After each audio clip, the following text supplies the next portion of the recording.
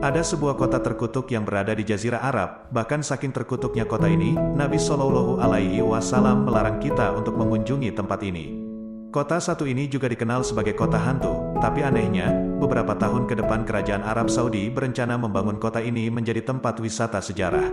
Tentunya ini bertentangan dengan apa yang disabdakan Nabi Shallallahu Alaihi Wasallam. Lalu bagaimanakah kisah sejarah masa lalu tentang kota ini dan bagaimanakah ke depannya kota ini akan dibangun? Untuk itu, pada video kali ini kita akan membahas sejarah tentang kota yang bernama Madain Saleh. Madain Saleh berasal dari bahasa Arab yang berarti kota Saleh atau kota Nabi Saleh. Nama lainnya adalah Al-Hijr, yang berarti kota berbatu atau kota berbukit batu. Madain Saleh adalah tempat tinggal peradaban pertama kaum Samud, yang merupakan keturunan dari Nabi Hud alaihi salam. Kaum Samud adalah bangsa Arab keturunan kaum Ad, yang dibinasakan oleh azab Allah. Beberapa orang dari kaum Ad selamat dan menjadi leluhur kaum Samud. Para sejarawan mengelompokkan kaum Samud sebagai kelompok etnik Arab Baidah, yang telah punah sebelum penyebaran Islam di Jazirah Arab. Kaum Samud terkenal karena keahlian mereka dalam memahat batu. Mereka hidup sekitar 400-500 tahun setelah Nabi Hud alaihi salam diutus untuk kaum Ad. Allah memberkahi wilayah Madain Saleh dengan sumber air yang melimpah dan perkebunan yang subur, meskipun wilayah itu sebelumnya gersang. Bukti keberadaan kaum Samud dapat ditemukan dalam Al-Quran, di mana mereka disebutkan 9 kali. Selain itu, sejarah tentang kaum Samud juga tercatat dalam kitab-kitab kuno dari kerajaan Babilonia di Mesopotamia. Madain Saleh terletak 20 km sebelah utara Al-Ula, sekitar 400 km dari kota Madinah dan 500 km dari kota Petra, Yordania. Di sana, kita dapat melihat peninggalan luar biasa kaum Samud, berupa pahatan batu yang indah. Situs peninggalan Samud ini berusia sekitar 4.000 tahun. Madain Saleh terdiri dari gugusan bebatuan pasir dengan beragam warna, seperti merah, kuning, dan putih. Kaum Samud memahat bukit-bukit batu menjadi istana, rumah, tempat pemujaan dan makam. Terdapat paling tidak 114 makam kaum Nabatean di Madain Saleh. Beberapa bangunan inti di Madain Saleh antara lain Qasr Al-Bin yang merupakan istana putri raja, Qasr Al-Diwan sebagai tempat upacara dan musyawarah, Qasr Al-Farid yang menjadi ikon Madain Saleh, dan area C yang memiliki 2 kuburan. Pada tahun 2008, Madain Saleh dijadikan situs warisan dunia oleh UNESCO. Madain Saleh memiliki kesamaan dengan Petra di Yordania dalam bentuk pahatan batunya. Keduanya merupakan hasil karya suku Nabatean dan Samud. Setelah peradaban Samud dimusnahkan, suku Nabatean datang dan menempati wilayah tersebut. Kemudian mereka mendirikan kota Petra di Yordania. Suku Nabatean juga merupakan bangsa Arab kuno yang menyembah berhala. Mereka menyembah Dewi Nasib, Manat, dan berhala Hubal. Hai Saleh, sesungguhnya engkau sebelum ini adalah seorang di antara kami yang kami harapkan. Apakah engkau melarang kami untuk menyembah apa yang disembah oleh bapak-bapak kami? Sesungguhnya kami ragu dan khawatir terhadap agama yang engkau serukan kepada kami. Al-Quran Surat Hud ayat ke-62. Karena kaum Samud menyembah selain Allah subhanahu wa ta'ala, Allah mengutus Nabi Saleh alaihi salam ke tengah-tengah mereka. Nabi Saleh adalah salah satu dari 4 nabi yang berasal dari Arab, yaitu Nabi Hud, Nabi Saleh, Nabi Syuaib, dan Nabi Muhammad Shallallahu Alaihi Wasallam. Nabi Saleh secara terus-menerus mendakwahi kaum Samud agar tidak menyembah berhala. Namun, kebanyakan dari mereka tetap mempraktikkan tradisi penyembahan berhala yang telah berlangsung turun-temurun. Kejahatan seperti maksiat, minum-minuman keras, perzinahan, dan tindak kejahatan lainnya menjadi gaya hidup mereka.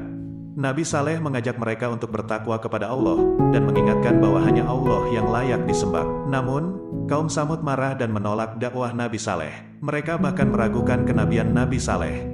Hanya sedikit orang yang mengikuti risalah Nabi Saleh, sementara orang-orang kaya dan berkedudukan tinggi di kaum Samud tetap menolak dakwahnya. Meskipun dianggap omong kosong, Nabi Saleh bersabar dan tidak langsung berdoa untuk datangnya azab. Karena kesombongan kaum Samud yang enggan menyembah Allah sebelum ada bukti atau mukjizat, Nabi Saleh berdoa kepada Allah agar diberikan tanda kebenaran atas kenabiannya. Allah mengabulkan doa Nabi Saleh dengan mengeluarkan unta betina yang luar biasa dari batu besar. Unta ini merupakan mukjizat dan tidak dilahirkan seperti unta biasa.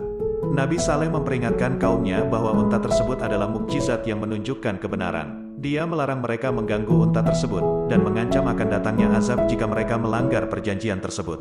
Namun, kaum Samud yang bodoh tidak memperdulikan peringatan dan bahkan membunuh unta tersebut. Mendengar kabar pembunuhan itu, Nabi Saleh keluar dengan marah untuk menghadapi kaumnya. Namun, mereka menantang Nabi Saleh agar menurunkan azab kepada mereka. Akhirnya, Allah menurunkan azab yang dahsyat kepada kaum Samud. Terjadi suara teriakan yang mengguncangkan langit, gunung-gunung hancur, dan gempa bumi yang maha dahsyat melanda kota tersebut. Akibatnya, seluruh kaum Samud pun binasa karena azab Allah yang telah tiba. Setelah itu, Nabi Saleh dan kaum yang beriman meninggalkan Madain Saleh, dan hijrah ke tempat lain karena mereka sadar bahwa Allah akan membinasakan kaum tersebut.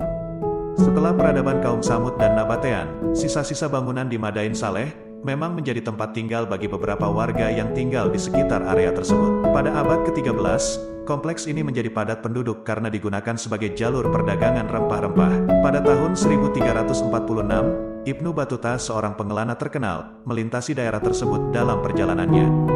Dan ketika itu Ibnu Battuta yang tengah bersama rombongan karavan yang sedang kehausan, entah mengapa enggan berhenti di tempat itu untuk mencari air, entah terkenal akan tertutupnya kota ini, atau mereka teringat akan sabda Nabi Shallallahu Alaihi Wasallam untuk tidak berkunjung ke sana. Tidak lama setelah Madain Saleh dihuni kembali, penduduk yang tinggal di sana mulai pergi satu persatu. Akhirnya, Madain Saleh kembali menjadi sepi seperti sebelumnya.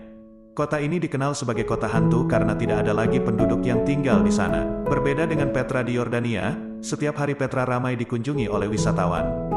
Dalam bukunya, Kisah-Kisah Sahih dalam Al-Quran dan Sunnah, Syekh Umar Sulaiman Al-Asikor meriwayatkan bahwa saat Rasulullah dan para sahabatnya dalam perjalanan menuju Perang Tabuk, mereka melewati tempat Madain Saleh. Mereka singgah di salah satu perkampungan untuk beristirahat.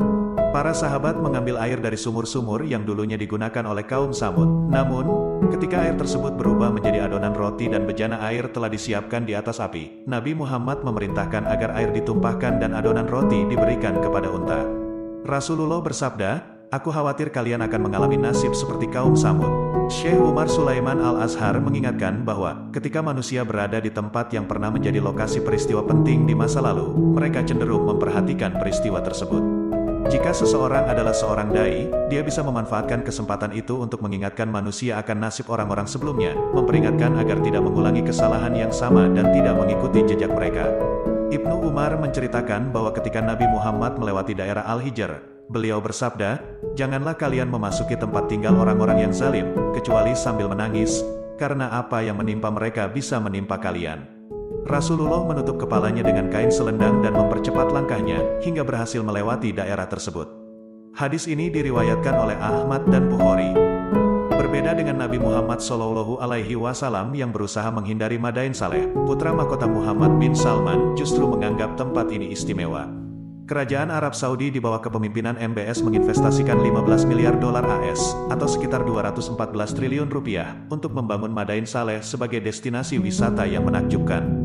Proyek besar ini diharapkan selesai pada tahun 2035. Alasan dibalik pembangunan ini adalah, karena Arab Saudi ingin diversifikasi ekonomi mereka, yang selama ini bergantung pada sumber daya minyak.